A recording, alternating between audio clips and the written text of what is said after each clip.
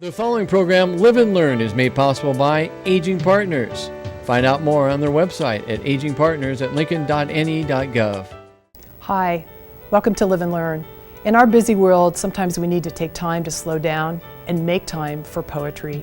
Stay with us as my guest, Twyla Hanson, tells us about poetry for a busy world. Hello, I'm Jerry Renaud. Today on Live and Learn, we want to talk to you about your health and how your health can improve. We have chiropractor Tom Green as our guest today. He's going to talk about health, he's going to talk about posture, and he's going to talk about better ways of movement. You don't want to miss it. Stay tuned. Does your home work for you? Is there a different residential layout that could actually improve your life? I'm Kristen Stoes, and today my guest, Realtor Bruce Hahn, will help us make sense of the many options that exist today in retirement living. Hi, I'm Lita Powell Drake, and today we're going to learn more about senior theater with the Ollie Playhouse Radioactive Players and Singing in the Rain. Stay tuned. This and more on today's Live and Learn. Hi everybody, my name's Kim Hachia, and I am really excited to say welcome to Live and Learn, and I'm excited today to welcome my guest and my friend Twyla Hanson, who is Nebraska's state poet. And we're going to open the segment today with Twyla is going to be reading one of her poems, and I'm just going to turn it over to Twyla. Thank you. You're welcome. Thanks, Kim. Thanks for asking me. You're welcome. I'm going to read a poem from my book, Potato Soup, which is called Morning Walk, and it starts with an epigraph from Mary Oliver, who said, "You don't ever know where a sentence will take you." Before sunrise, under the halogen hunter's moon, an autumn morning stretches ahead of me, a rhythm. Shy stars over the city, the inky dark, the concrete path on which I pound out duty, conjure up fantasy, those old tensions. In the street, vehicles sounding their singular verb, speed. On the other side, at season's end, the syntax of Wheatfield, muslin consonants remaining, its vowels of harvest long gone. At times I'd like to stick out my thumb, that potent comma, to risk all for a sentence into the unknown. Who knows where it might lead, to those other lives scattering in each direction. But soon enough, a string of nouns pulls me back, keeps me moving on the straight and parallel, leads me home again, where through my wild yard at first light the quick red fox bounds, its fluffy tail the ultimate dash, the unanswered question, where gathering blackbirds, as if on cue, swirl up sudden, excess ellipses peppering the sky. I love that. Thank you. Oh, thank you. We had talked before we scheduled this interview about your mentor, Bill Clough-Corn, and how he sort of wrote about ordinary things like a morning walk with extraordinary language, and how you, like Bill and probably most poets, are always looking for for words and observations and experiences. And is that how that poem got started? Right. Well, I used to take a walk every morning at 6:30, regardless of the weather. And I say used to because I don't do that anymore. But this was before work, and I would just get out there, and I'd always see something. And then in this particular poem, I just decided to play around with language, but it still had the natural world in it. And so my theory is that anything can be poetry. Even an ordinary situation, an ordinary walk, for example, but it's how you arrange those words that makes it poetry. Right, right. So as state poet, what are your duties as state poet, and how did you become state poet? Right, okay, so the state poet has a very open-ended job description. It's to promote poetry and literary life in Nebraska and inspire an emerging generation of writers, poets. So, and it involves outreach, which we do through a website, Poetry from the Plains, and also I have a Facebook page for the State Poet, and I also go out into community groups, schools, and libraries to give presentations. So I've been all across the state. And then you also do workshops, right? Right. You talked about maybe you're doing some workshops for middle school kids, or just Yeah. anybody. How do Right, and so I have two programs through both Humanities Nebraska and the Nebraska Arts Council. And one is a reading/discussion program where I read my poems and then we talk about writing or answer questions from the audience. The other one is a writing workshop, creative writing. And I give the students prompts oftentimes, and they will write something brand new from that. So it's just a program that I've had for a long time. Mm-hmm. I know that I was privileged enough to do a little writing workshop kind of with Bill Clefcorn, where he prompted us through activities, and I know that you spent a lot of time with him, and I'm sure you were the benefit of those kind of that kind of behavior. I'm just interested in your choice of language and how you look at things. And do you think all of us have a poem in us, or more than one poem? I do. I think everybody has at least one story, and probably a lot more than they think. So when you go to a writing workshop, you can be prompted into writing something you weren't expecting, which is the beauty of it. And Bill Clefcorn really was a wonderful model that way, and a wonderful teacher, and I learned a lot from him. So is poetry, why is it important? I mean, we think of poetry has been part of the human culture forever. Right. Why do you think that is? Why is it important? Well, poetry are words that are highly compressed, and it's presented in a way that can't really be expressed any other way. But in Nebraska in particular, we've had a long legacy with poetry. The first poet laureate of our state was John Neihardt, and he was appointed in 1921 by the legislature. So we've got a long history with only 3 people in a position in Nebraska, but it's a wonderful legacy. Well, I know that you told me that you're not the poet laureate, that John Neihardt is the permanent poet laureate. That's right. Although he doesn't have any contemporary works right now. His was an honorary position appointed by the legislature and designated then in 1927 as our poet laureate in perpetuity. So when he passed away, and then they decided to have a new state position person in that position, they had to call them something other than the poet laureate. So Bill Clefcorn was our first state poet. And again, it was a lifetime term, and then now we have 5-year terms. It's a renewable term, but so my 5 years is about over. Your 5 years is up. So has it been an enjoyable 5 years? Oh yeah, and it's work too. I mean, I've been traveling. I've averaged 4,000 miles a year so far in 4 years. So there's a lot of driving and there's a lot of time, but it's well worth it. Well, it's very rewarding. And poetry's kind of having its moment in, we're at the tail end, I guess, of the sesquicentennial. Right. But there was an official sesquicentennial anthology that I know you were a contributor to. And then also the One Book, One Nebraska, is that what it's called? That's right. And that's both of those involve poetry books. That's right. The 2018 One Book, One Nebraska is an anthology of poems, and it's Nebraska Presents, an anthology of poetry is the name of it. And so there's like 80 contributors, and it's going to be fun this year to have readings and celebrations of poetry. Well, I know you told me that you had a friend who suggested that book for a book group, and that it felt like kind of a radical idea because most book groups read novels. Right. And why do you think this would be an interesting book group selection? Well, I think a lot of people aren't familiar with poetry, so I think they might be surprised by what they find in there. It's a wide variety. It's not just focused on our state, our physical state, but these are some of them are very well-known national writers too, and their perspective is very interesting. So they have a lot to say. Right, right. So if you were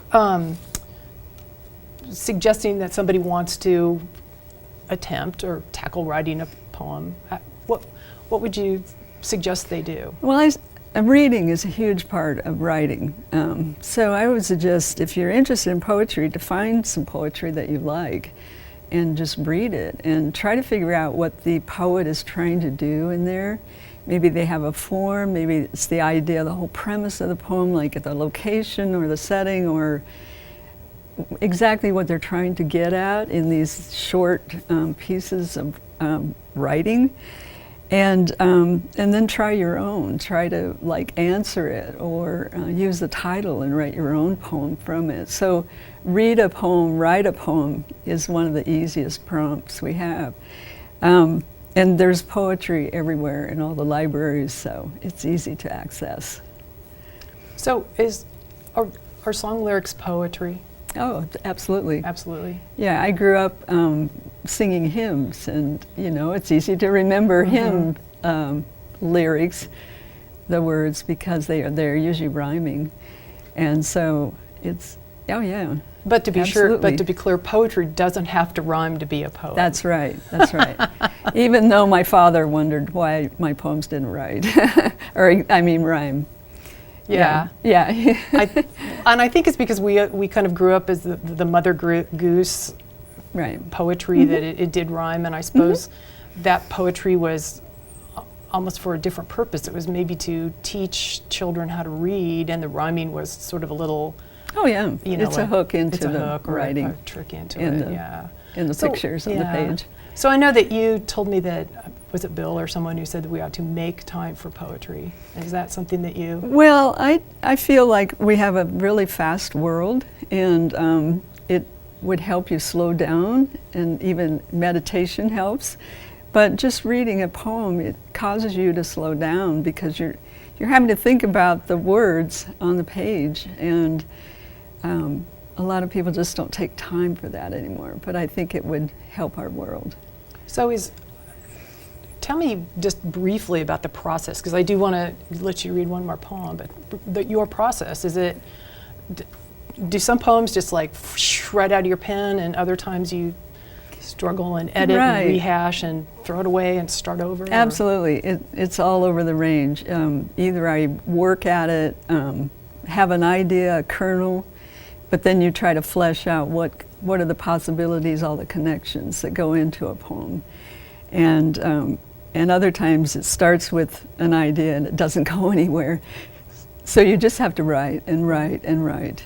Right, and a lot of your poetry, I think, does come out of your background as being in the natural world. I mean, you were a horticulturalist. Right. That's your background, but which I love that story too. I mean, it just shows you that we can all do whatever we're not slotted in forever. That's right. So, you want to read another poem for us? I do, and I'd like to read from my new book, Rock Tree Bird, and the poem is called Morning.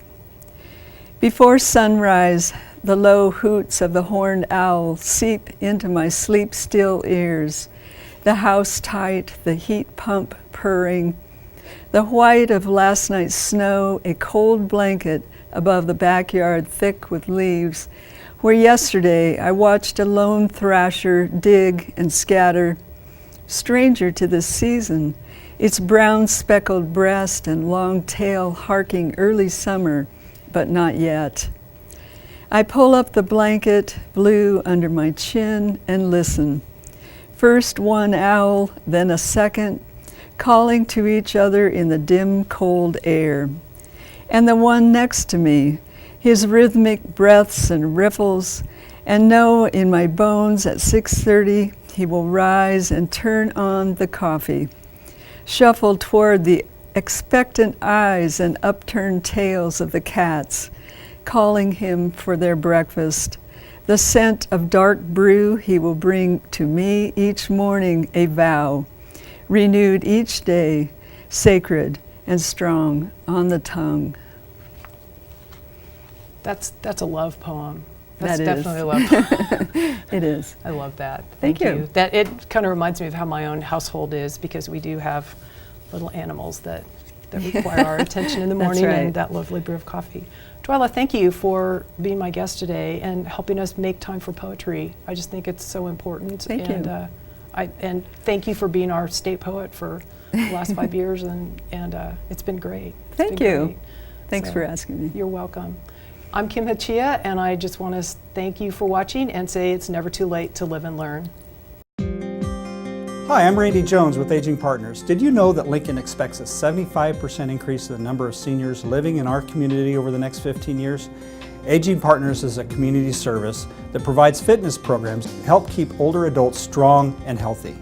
This year, Lincoln Cares donations are providing funds for new fitness equipment. You can help make this happen. Sign up to support Lincoln Cares and add $1 to your LES bill each month. Hello, and welcome to Live and Learn. I'm your host, Jerry Renaud. Today, we have a very special topic, one that I think is very important for all of you, and we have a wonderful guest. Posture and spinal health are things that many times we seem to take for granted. Just the simple things of being able to walk upstairs, get out of a chair comfortably, all of those kinds of things we don't really think about because they're just a part of our day-to-day life. But they can have a very important be a very important aspect of your health. And so today we'd like to talk about that and make your health a little bit better if possible. Our guest today is chiropractor Tom Green from Green Chiropractic. Tom, thank you very much for being with us today.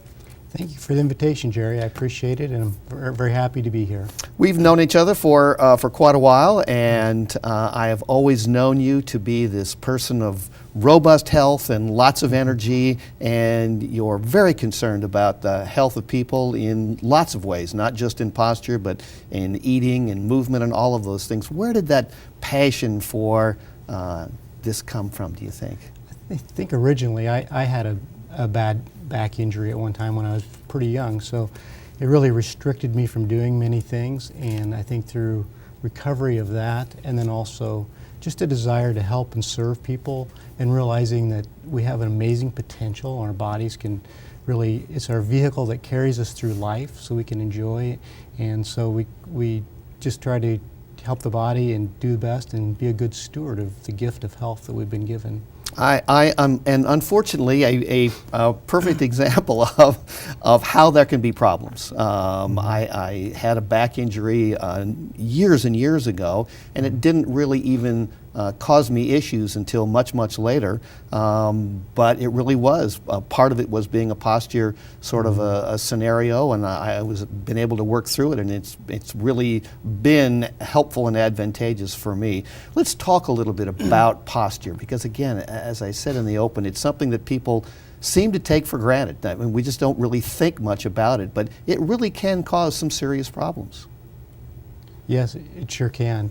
Something that we need to be more and more aware of, and I think there's been a process of over time just not being aware of the postures, and I think our people ahead of us, they used to have them walk with a book on their head, and they're just more cognizant of those things, and we've kind of lost that, but it's really having an impact on our health and our society. Yeah, there are a lot of things that you wouldn't necessarily think that posture could cause in issues in our life even sometimes. Sure. Yeah, posture can affect definitely spine pain. It puts abnormal posture, puts stress on joints and tissues and ligaments, causing inflammation.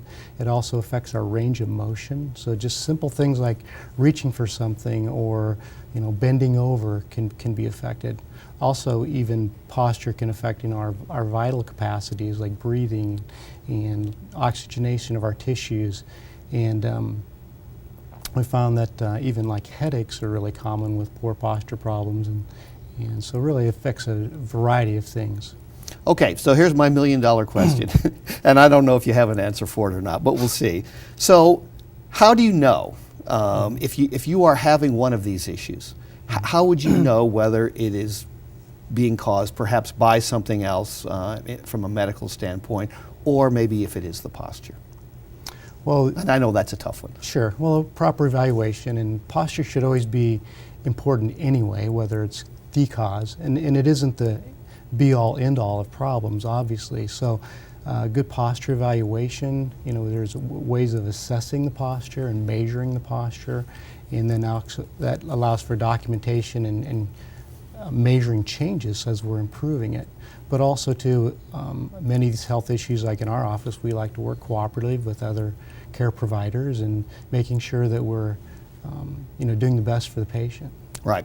Okay, so we have a series of slides that I think that will be helpful for us to sort of go through, and you can take us through some of these things, and we can talk a little bit about them. So the first one really is from the Centers for Disease Control, just sort of talking about walking and even going upstairs, which can be problematic for some people. And here we see that the most common functional disability is difficulty walking or climbing in stairs. 53 million adults. That's an incredible number. Yeah, and this just came out not too long ago. It was in the paper, and our mobility is so important. And really, it is our independence. It is our ability to function and enjoy life. So that's huge. And you see more and more people with canes and walkers and scooters and things like that. And that's a real restricted. So it's nice we can have ways to help them and sometimes regaining some of that motion back. Yeah, we have lots of folks who in later years in life decide they don't even want to be in a location where there's stairs, that they're struggling with them so mightily. Right. Yeah, they definitely have to sometimes change their whole lifestyle. Okay, let's move on. Let's talk about posture. I mean, that's really one of the big things, and I think that we have an example of good posture. We may come back to this at the end because I think we want to talk about this. Where we'll show some examples of some poor posture as well. But this is normal posture, and this is a fine-looking specimen of a man here, is it not? Yes, this is good upright posture, and really posture should be holding us up and be well balanced. And it's really takes very little muscular effort if everything is balanced. As you can see from the front, the head and the thorax, the trunk and the pelvis should all be lined up over each other. And then from the side, our bigger parts of our body, like our head, our shoulders, and our hips, should be in direct line. This is very stable condition, very stable position that will protect our spine and nerve system and least amount of stress on our joints. Yeah, the one thing that I found sort of interesting, curious, and we've sort of talked about this before, is the neck, and making sure that the neck is back far enough. We have this tendency to want to leave our neck leaning forward, which is very problematic. Right. A lot of things we do are looking downward, and we're sitting, looking down. A lot of things create what we call a forward head posture. And the forward head posture then is kind of progressive. Once it starts, it's progressive. Many of the things that we use, like the devices that we're using now, looking down, bending the neck, television, computers. There's even the new term that's been coined as text neck, where people are using their devices so much and looking down that's creating loss of the curve in the neck and putting a lot of stress in those areas. Yeah, we just saw a picture that was up there that, I think we've all sort of found ourselves in this particular situation at some point in time. We're trying to get comfortable either on a couch, or we're trying to get comfortable on the floor, we're trying to watch television, we're trying to read our laptop, or whatever it is, and we find ourselves in this particular position. And while it may look like and feel comfortable, I mean, just look at this. This is this has got to be doing damage of some kind, isn't it? It definitely is. It's really stretching that neck in an abnormal position, stretching the spinal cord, and just creating, loss of the normal curve in the neck. Okay, so let's look at the next one, because the next one is one that I believe it's the one I'm thinking of. I tend to see a lot of as well. I teach at the university, and students tend to want to lean over at work with their laptop, or I would bet that I do a lot of this as well when I'm just sitting in my office working on a computer. It is so easy to get yourself into this position. Yeah, gravity definitely is not our friend, and it wants to almost bend us over and collapse us. And in a lot of the activities, sitting puts more stress on the spine anyway, but then prolonged sitting, we get tired, we just kind of give in to gravity, and that stresses those joints and reverses those normal curves and really is fatiguing to the body. And you know, it's not just the laptop, but it's also that phone. I mean, if you have that phone and you're sort of, and I see people get so close. Yeah. And maybe it's because the type is small or the font is, you can't read it very well, but it makes me uncomfortable when I see it. And we're seeing this more and more with young people, because young people or young children getting their phones and computers and stuff at a young age, and they're developing these poor habits. So really our lifestyle and our habits are creating, you know, many of these things. Like you talked about injury causing damage in this starting of these problems, but also our lifestyle is so important. Just develop good habits. Yeah, what do you tell people who you see doing that? Do you say, hold the phone out here? I mean, is that a more comfortable, I mean, maybe not as comfortable, but is that a better way to be able to do that? It feels sort of awkward just as I look at my hand here if I were holding my phone. Right. If it's a phone, sometimes you can lock your elbow in to your body, so your body's being supported by that, because we really don't want to create any shoulder problems, but we want to try to get it in its natural position as possible. And even then, sometimes it's not always ideal, but if we can do kind of we call it a better bad, you know, just make it better than what it was before. You know, if we can just improve some of those situations and reduce the stresses, it'll be helpful. Okay, let's move on. Next slide. I think this is maybe the one on sitting. Oh no, this is the posture decay. This is another good one, because this sort of, if you can take us through these examples of how people progress. Well, on the left, you can see a normal head could weigh around 12 pounds for some people, or even more. And then over time, as that head goes forward, it increases, the leverage increases, and you can see, like in that case, it's like having a 32-pound head. And that's what creates the progressiveness of these problems. So it's so much better to catch them early. Then as it progresses, we start, you know, our body basically starts to collapse under the weight of our head and gravity, and the leverage increases. So it'd be like if you could hold a bowling ball close to your body, it wouldn't feel that heavy, but if you had to hold it at arm's length, the leverage would create, you know, same weight, but a lot of leverage would create a lot more effort required to hold that bowling ball up. So our head is similar to a bowling ball balanced on our body. Yeah, and you can see that how it changes the impact of the spinal cord too, here as well, which does that compress those, to make it more problematic? Yeah, as it starts to have more leverage, it compresses, puts stress on the joints. The muscles have to work a lot harder than to try to keep us upright. Okay, and we have one last slide, and this is the one that scares me more than any of these, and that is how much time we spend sitting. 32% of us spend 10 hours a day sitting, and if we live a normal life, that's 32 years of just sitting. I mean, I sit at work. I have a little device on my wrist now, which tells me that I haven't moved for a while, which I think is good, and almost everybody I think should have one of those at some point in time. But how do we convince people that they have got to get up out of their chairs? Just got to, they just need the understanding of how detrimental sitting is. It's tiring, it's fatiguing. Some of us sit all day at work and then go home and watch TV. So we spend a whole day of sitting. But just think how much, you know, how tired you are after you're sitting all day, and just getting up and moving, how much better you feel. You know, so getting out and expending energy and getting some fresh air and stuff is really just a good habit. So there again, it's putting in our lifestyle habits and making, you know, like the watch, or have people set alarms where they go off every half hour, they get up and walk. The new sit to stand, you know, desks are very good. Yeah, we have several people who are doing that at work, who now stand at work, and another woman has set up a computer so that she has to stand up to be able to work at her computer, which she said took a little getting used to, but she feels so much better now. Yeah, it is much better. And then also, not only just standing, but that's an improvement, but then also getting movement. So we've got to move. Our bodies were made to move. Yes. So how do we encourage people to do that? I mean, what can we do to get society more active?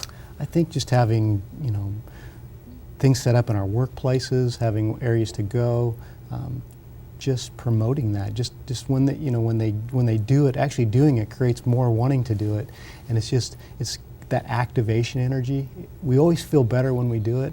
It's just getting it ourselves to do it. So once we overcome that activation energy, which means getting out and starting, once we start, it's pretty easy. And it's just developing rituals and habits that keep us doing that. Very good. We'll hope that people listening to this now will get up, move around, and be a little more active. Tom Green, thank you so much for being here. It was very informative. We appreciate it very much. Thank you, Jerry.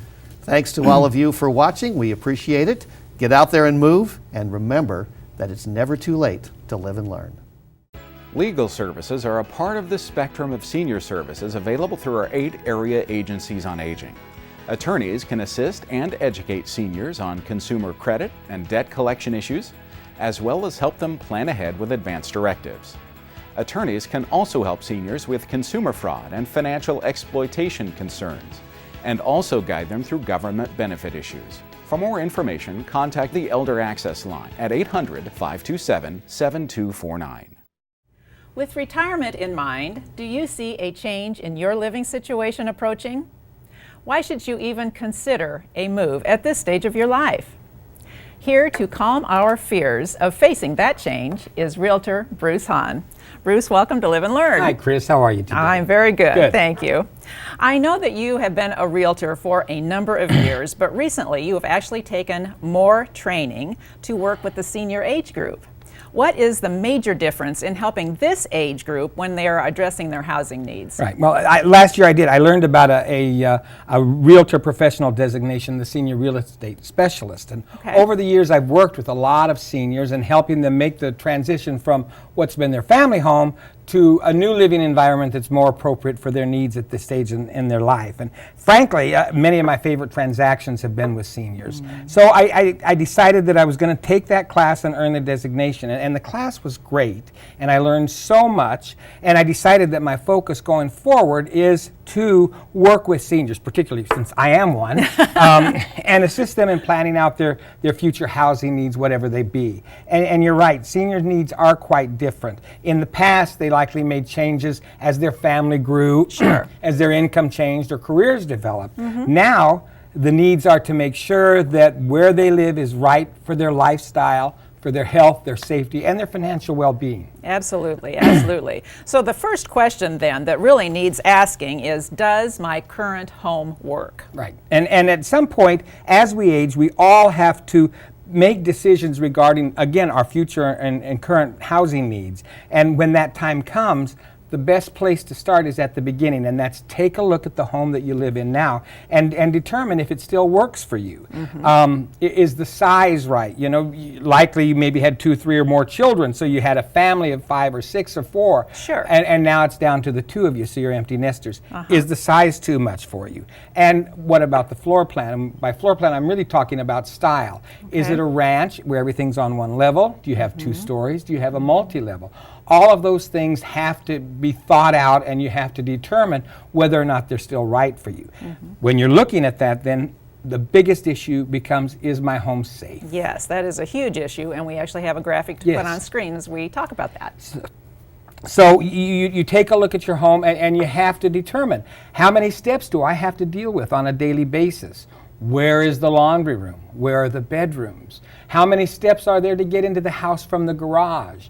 Do I have to step over into a bathtub in order to bathe? That's a big safety and the issue. Tripping issue there. It is. Yes. You have to look at how steep your driveway is. Which I'd never thought of. Where's your mailbox located? You know, my mom was determined to age in place, and she pretty much did for the bulk of her life. But come the winter time, when she couldn't drive or wouldn't drive because of the weather, she was sort of housebound. So her lifeline to the outside was the newspaper that was on her front door every day, and the mailbox when the mail came. And she was always determined to get out there and get that mail. And you know, I'm aware of 2 times that she fell while she was out there, and one time could have been horrible. Right. But so even simple things like where the mailbox is located, and then is your home located in a place where you can be reached in an emergency? That's a very good point. I've been selling real estate for 20 years, and there are still subdivisions that if I have to go and show a home in that neighborhood, I put it into my GPS or I wander around. Sure. So is my home located in a place that's easy to get to?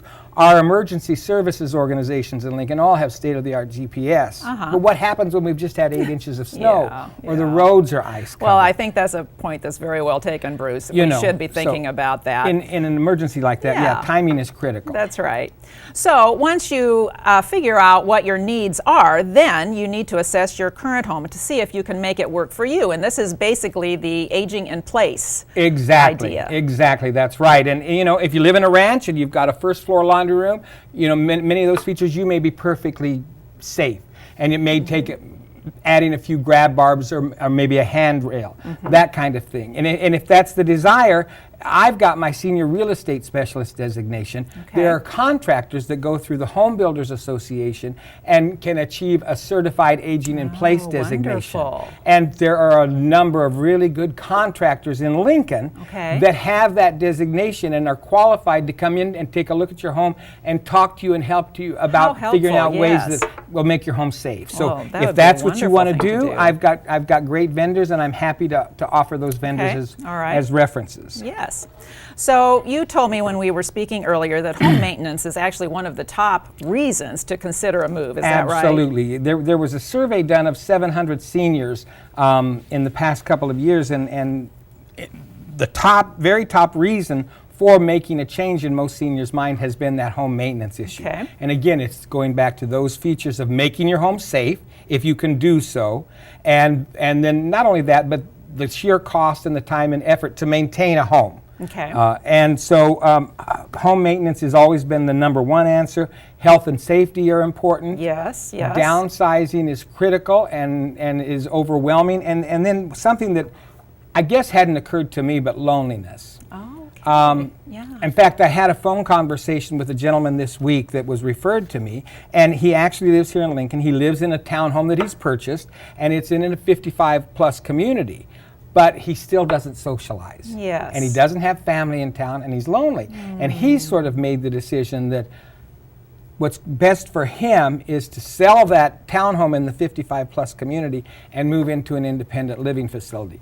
There, they've got community dining rooms where he meets people. They've got activities that go on 7 days a week. No matter what the weather's like, he can if have there's a card game if he wants. If there's a blizzard outside, he can still socialize. And that's been... That's such a big point to bring up. We don't think about that. No, when you we're don't. thinking I housing. didn't. I didn't, exactly. That's so important. That's so important.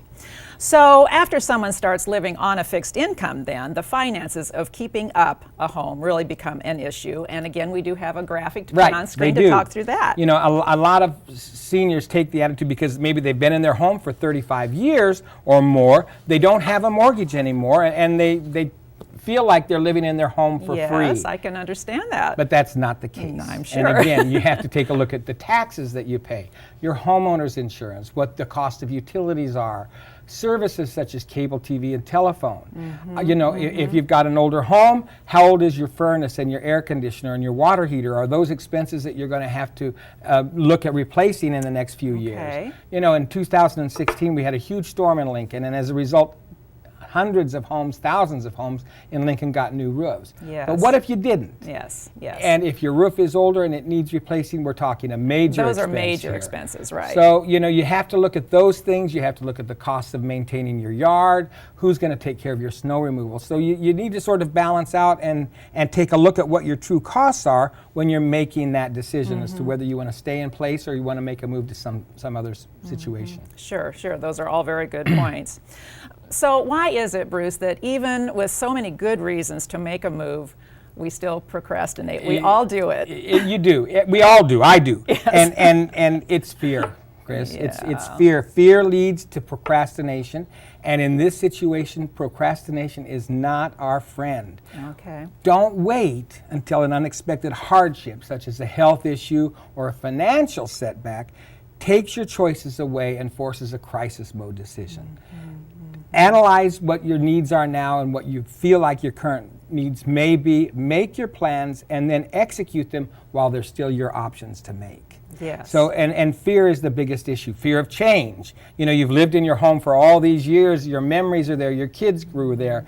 So fear of making that change, fear of making the wrong decision in terms of finding the right place to move to, fear of then going into a strange environment where you don't know anybody. And there really are resources available now to help with downsizing especially. Absolutely. Downsizing is just overwhelming to folks. First of all is the emotional issue of letting go of keepsakes and memories.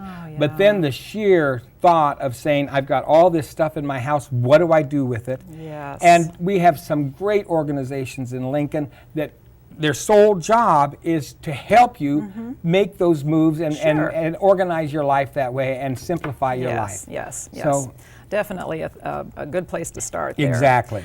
So now the timing of selling a home is very important now too. Timing is critical. Okay. First of all, what's the economic situation? And fortunately, in Lincoln, our economy is excellent. You know, the stock market has been great. It's been bouncing around a little bit lately, but the stock market has been great. And then you have to also take a look at the local real estate market. And frankly, in Lincoln, Nebraska, if you're considering selling a home, there's not a better time. Really? Okay. We ended up 2017 with, I think it was 756 single-family homes. Not very many, considering there are about 775 realtors in Lincoln. That's true. That's less than one home per realtor. Oh, wow. Okay. Plus, we also had a huge year in terms of number of units sold. There were just under 52 units sold. What happened was good product came on the market, and it was gone in a day or two. And a lot of times with multiple offers and selling for more. So the real estate market is wonderful now. The other thing that has to be considered, and maybe as a homeowner it's not an impact on you, but for your buyers there's an impact in that interest rates are starting to rise. Okay. They've gone up over 0.5% just since the first of the year. The Fed has indicated that we're probably looking at 2 and even possibly 3 rate hikes to the prime rate again before the end of the year, which is going to impact that. The other thing that you have to consider is you've got one of your most valuable assets in your home, and if you don't own a mortgage on it, you've got all that equity. Are you taking advantage of that equity to help you live out Why not? your senior years? That's right. And be somewhere that's really going to be a Exactly. helpful spot. Exactly. So, Bruce, well, we have about 2 minutes left. After thinking through all of the issues we've discussed, then really a transition plan has to be put in place. How do we approach that? Exactly. And you have to get yourself organized. You have to make a plan. First and foremost, you need to talk to your family, particularly your children. Get them involved. Talk to them about what you want to do in terms of a move and why, and get their support. Take them with you as you start to visit properties. Yes. Get everyone's support, give their cooperation and their commitment to help you when that time comes. Yes. It's also the time to talk to your accountant or your financial advisor, someone about your personal financial condition. You need to know at this point where your finances are in order to help you make the right decision as to what you can comfortably afford and where you can make that move. So talk to your tax accountant or your financial planner. Now's a good time to bring a realtor in and get an absolute honest view of what your home might be worth. And a good realtor is also going to give you ideas to help you maximize that. And how about talking with friends about what they've already been through? Don't reinvent the wheel. Exactly. You've got friends that have made the move.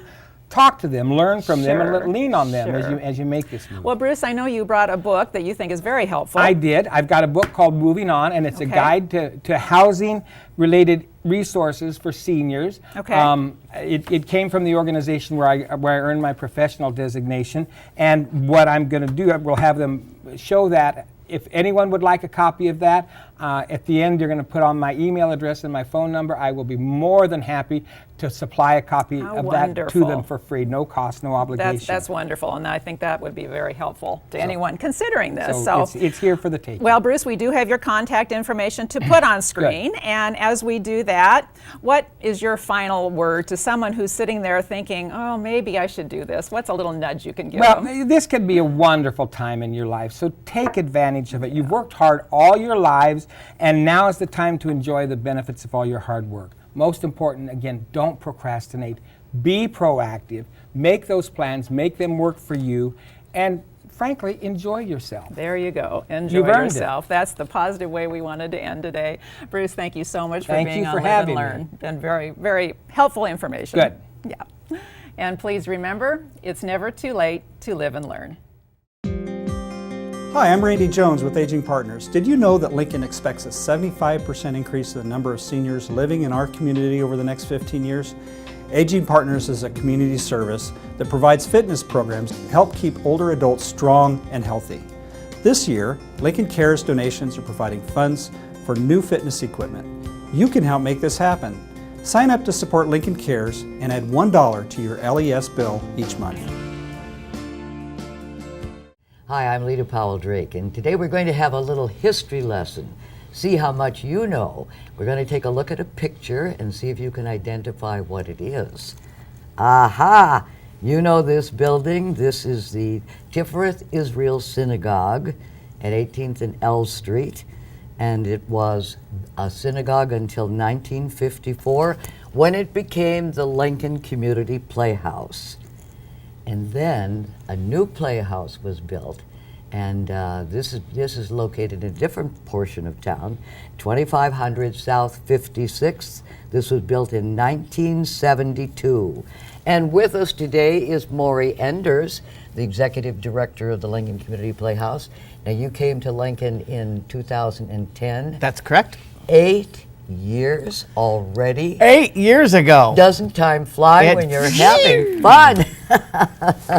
Well, welcome. Thank you. What have you done over the course of these 8 years?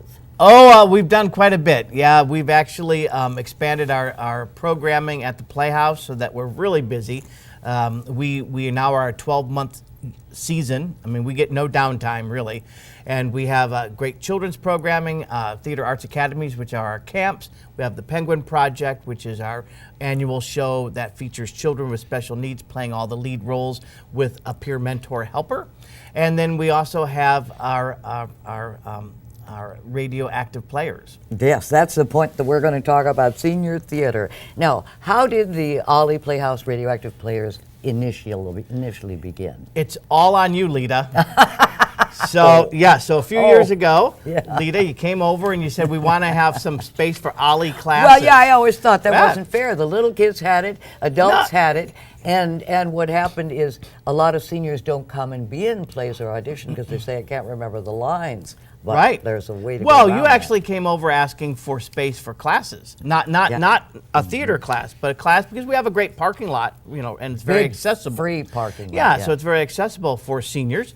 And while we were talking, I mentioned that when I was at the Kalamazoo Civic Theater in Michigan, that I had worked with a senior theater program there, and the light bulb went up over your head, and the next thing you know, you didn't leave with classes, you left with a whole theater program. You're one persuasive person, Lita Powell Drake. I'm so glad it's been successful, but we ain't done yet. We're just getting a good start. Now, we want to take a look, give you some retrospective here. The first show that we did was the Jack Benny Show. Right. And that was so much fun. Do you remember all us trying to figure out what we were supposed to be doing? Well, yeah, we also did it in our studio theater because we really, we were just experimenting at that time. Now our Ollie Playhouse Radioactive Players perform in our main stage theater. Well, the interesting thing about this one is we only had one performance because we had no idea what we were doing. Or that anybody would come and watch it. Yeah, and we filled the place. That's we right. filled the place. We had to put in extra chairs and thought that the fire department was going to close us down because we had so many people in there, and we said, I think maybe we're... No. There was only enough people, as the fire marshal would say. Oh. Let's get that out right here, right now. Okay. No trouble with the fire department. The second show we did was War of the Worlds. I hope you remember that or have read that. And Dorothy Appleby, wasn't she wonderful at the piano? Yeah, and War of the Worlds and the Jack Benny Show gave us our title with the radioactive players. And since that time, we've expanded beyond radio. We did some musical reviews, and now we do mini musicals. Mm-hmm. Now, what are the requirements for people to be in a show? There really are very few requirements. You'd have to be 50 Alive. 50 or above. And we rehearse on Mondays and Wednesdays usually at between 1 and 3 in the afternoons. So you have to be be available for those kind of rehearsals. And you just have to be enthusiastic. We have people in our shows who haven't been in plays since they were in high school. Or never been Or in a never. play. Yeah. Or never. And some people have been in lots of plays. We take away one of the biggest hurdles that there is for being in a play for a senior, which is memorization. You don't have to have it memorized. You can read right from your script during performance. That makes it very, very special. And let's take a look now at one of what the actors might be saying about their participation in Guys and Dolls. Call it sad, call it funny, but it's better than even money. That with guys only doing it for some dough. This is our 7th production for the Radioactive Players. Well, this is my 3rd show, and I can't stay away. When you don't know anyone in town and you do something like this, anytime you do a show, you come together as a family. It was a great way, since I had just moved back to Nebraska, to meet more people and gain friendships. You can have the script in your hand, which gives people the confidence to once again go back and do what they may have done in high school or never done it before. I'm a big sinner. To have Maury Enders, the Lincoln Community Playhouse director, working with all of us and teaching us and helping us is just absolutely phenomenal. Sit down, you're rocking the boat. But you have to put up with his jokes. We do know his sense of humor. His jokes are terrible. But he thinks they're really funny. I got the horse right here.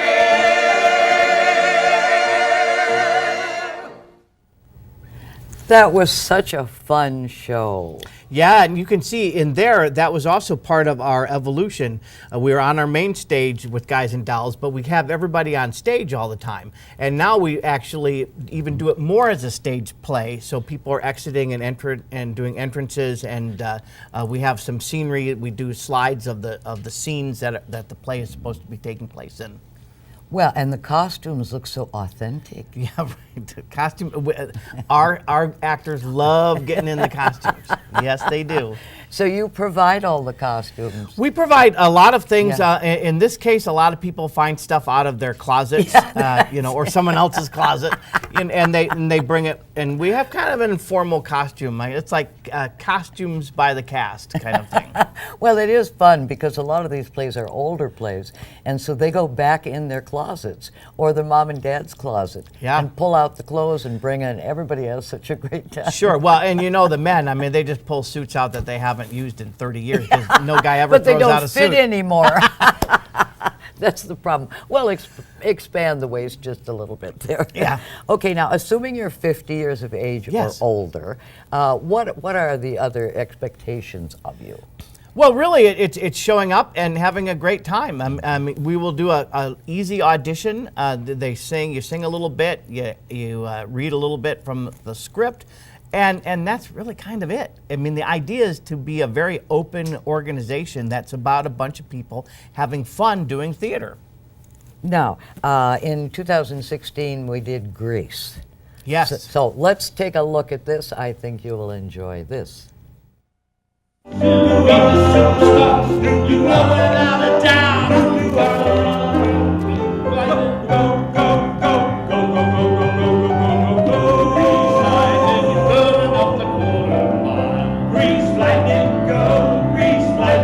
This production is Grease School Edition, which means that it was originally written to be a junior high school show, a junior high school version of Grease.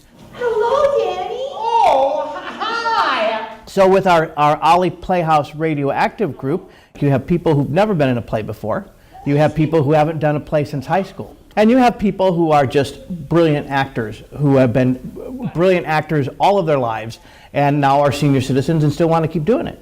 You remember when we used to go and salute our athletic teams with, "Yay, ringtails"? This is where I can come with contemporary aged people, and we're all accepted and accepting one of the other. We have a lot of fun. This is, I think, my 6th performance with the Ollie group, and so, yeah, it's something enjoyable enough that I keep coming back. What's that playing on the radio?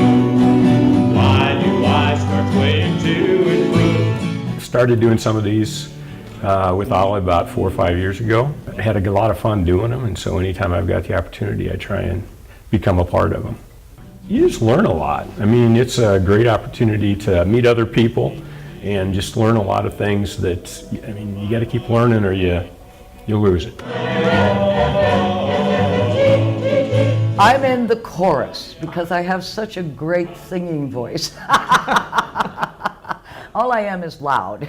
I'm just loud, but it's a lot of fun.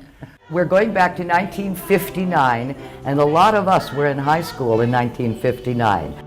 Do you remember, and did you have a poodle skirt like this? Summer lovin' had me a blast. One of the biggest hurdles that we remove with our senior citizen program is that you don't have to memorize it.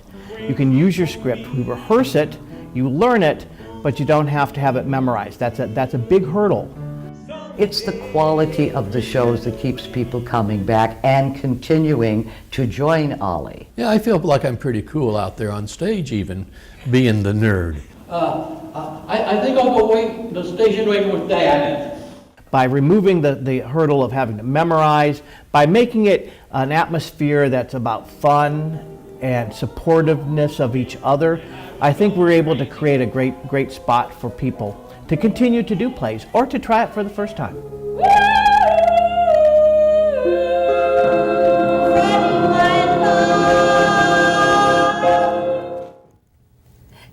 So funny, many of us had those old poodle skirts still back in the closet somewhere, dragged out the old poodle skirts. Absolutely. It was so much fun. Right? Doesn't that look like a great time? Really, people ought to, if you're at all interested in being in a play, you know, you can still do it, no matter what age you are. I mean, I think our oldest actor that we've had so far was 88. You know, so I mean, we have quite a range there. Yeah. Okay, and our next show coming up is Singing in the Rain. And of course, this is the classic from 1954. Well, why did you particularly select this one, Maureen? Well, Singing in the Rain is a classic movie, as you say. It's got great music, and our senior group all know the movie, and we thought it'd be a lot of fun, and our audience will enjoy it. It's got, you know, Fit as a Fiddle and Make 'em Laugh and Singing in the Rain, Broadway melody, lots of great songs, and there's lots of parts for people. So basically everybody in the show has at least one line. Oh, excellent. Right? I mean, that's important. Certainly it is. Okay, here are the details if you want to jot them down. It's going to be coming up. Singing in the Rain, Senior, Thursday, April the 5th at 2 o'clock, Friday, April the 6th at 7:30, and Saturday, April the 7th at 7:30. Ticket sales will begin on March the 26th. So you want to call the Lincoln Community Playhouse. There's a number on the screen, 402-489-7529, and join us for Singing in the Rain. It's going to be a great time. I know.